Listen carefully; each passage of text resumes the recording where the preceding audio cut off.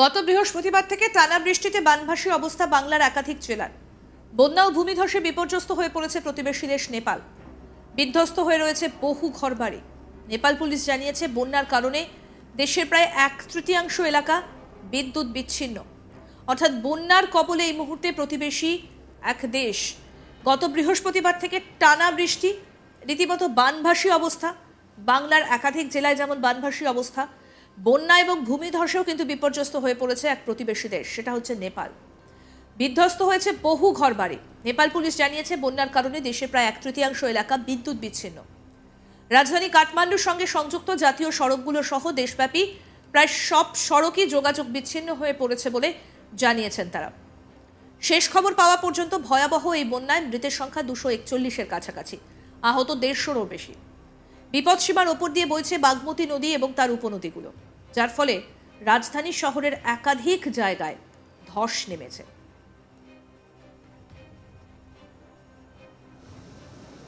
देश के कई हिस्सों में अचानक কাঠমান্ডুর সঙ্গে কার্যত সমস্ত যোগাযোগ ব্যবস্থা বিচ্ছিন্ন হয়ে গিয়েছে রাস্তায় ধস নামার কারণে। অন্তত 29 জন এখনো নিখোঁজ বলে জানিয়েছে কর্তৃপক্ষ। তাদের উদ্ধারে অভিযান চলছে। পাশাপাশি বন্যা দুর্গত বিভিন্ন এলাকা থেকে মানুষজনকে নিরাপদে সরিয়ে ফেলার কাজ করছেন উদ্ধারকারী কর্মীরা। ভারী বৃষ্টিপাতের কারণে একের পর এক অঞ্চল তলিয়ে যাচ্ছে বন্যার জলে। আকস্মিক বন্যার মুখে ঘরবাড়ি ছেড়ে অসহায় অবস্থায় দিন যাপন করছেন কাঠমান্ডুর বাসিন্দারা। প্রায় 4000 মানুষকে উদ্ধার করা গিয়েছে।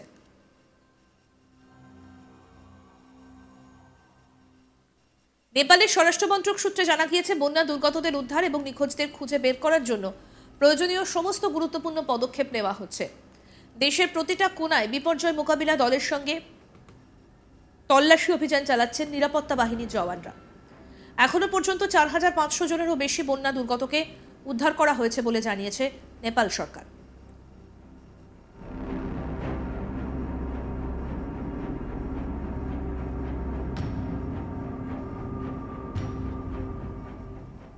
গত শনিবার কাঠমান্ডু বিমানবন্দরের একটা মনিটরিং স্টেশনে প্রায় 240 মিলিমিটার বৃষ্টিপাত রেকর্ড করা হয়েছে। যা 2002 সালের পর থেকে সর্বোচ্চ। জলবায়ু বিশেষজ্ঞরা বলছেন এই ধরনের বৃষ্টিপাত অস্বাভাবিক। এটি চরম ঘটনা। জলবায়ু পরিবর্তনের কারণেই এটা হচ্ছে। নেপালের আবহাওয়া অফিস বলছে গত কয়েকদিনে নেপালে 322 মিলিমিটারের বেশি বৃষ্টি হয়েছে। কয়েক দশকের মধ্যে এমন অতি ভারী বৃষ্টিপাত দেখেননি বলেও জানান আবহবিদরা। তারা বলছেন জুনের প্রথম থেকে শুরু হওয়া এবারের বর্ষার মরশুমে গড়ের তুলনায় বেশি বৃষ্টিপাত হচ্ছে নেপালে, আর যার ফলে আকস্মিক বন্যা পরিস্থিতি।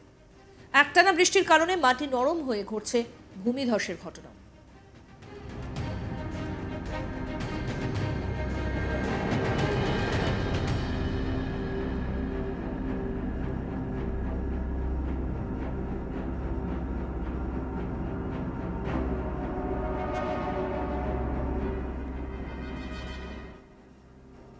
গত বৃহস্পতিবার থেকে টানা বৃষ্টিতে বানভাসী অবস্থা বাংলার একাধিক জায়গায়। আমরা জানি যে বাংলারও একাধিক জায়গা কিন্তু এই মুহূর্তে বিপর্যস্ত হয়ে রয়েছে। বিশেষ করে পশ্চিম মেদিনীপুরের ঘাটাল, হুগলির খানাকুল সহ মালদা, মুর্শিদাবাদের একাধিক জায়গা জলমগ্ন। বন্যা এবং ভূমিধসে বিপর্যস্ত হয়ে পড়ছে প্রতিবেশী এক দেশ নেপাল। বহু ঘরবাড়ি বিপর্যস্ত। নেপাল পুলিশ জানিয়েছে বন্যার কারণে দেশের প্রায় 1/3 এলাকা বিদ্যুৎ বিচ্ছিন্ন। রাজধানী কাঠমান্ডুর সঙ্গে সংযুক্ত জাতীয় সড়কগুলো সহ দেশব্যাপী প্রায় সব সড়কই যোগাযোগ বিচ্ছিন্ন হয়ে পড়েছে বলে জানিয়েছেন তারা। শেষ খবর পাওয়া পর্যন্ত ভয়াবহ এই বন্যায় মৃতের সংখ্যা 241-এর কাছাকাছি, আহত 150 জনের বেশি। এই বিপদসীমার উপর দিয়ে বইছে বাগমতী নদী আর তার উপনদীগুলো, যার ফলে রাজধানী শহরের একাধিক জায়গায় ধস নেমেছে।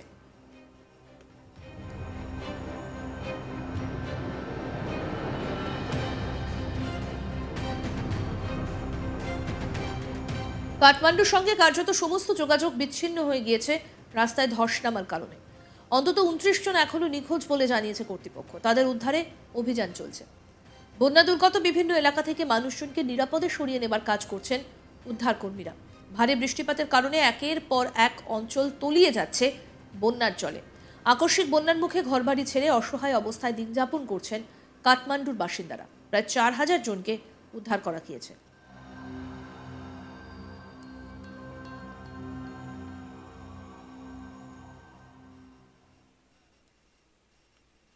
আরও আপডেট পেতে দেখতে থাকুন আজ তাক বাংলা, সাবস্ক্রাইব করুন।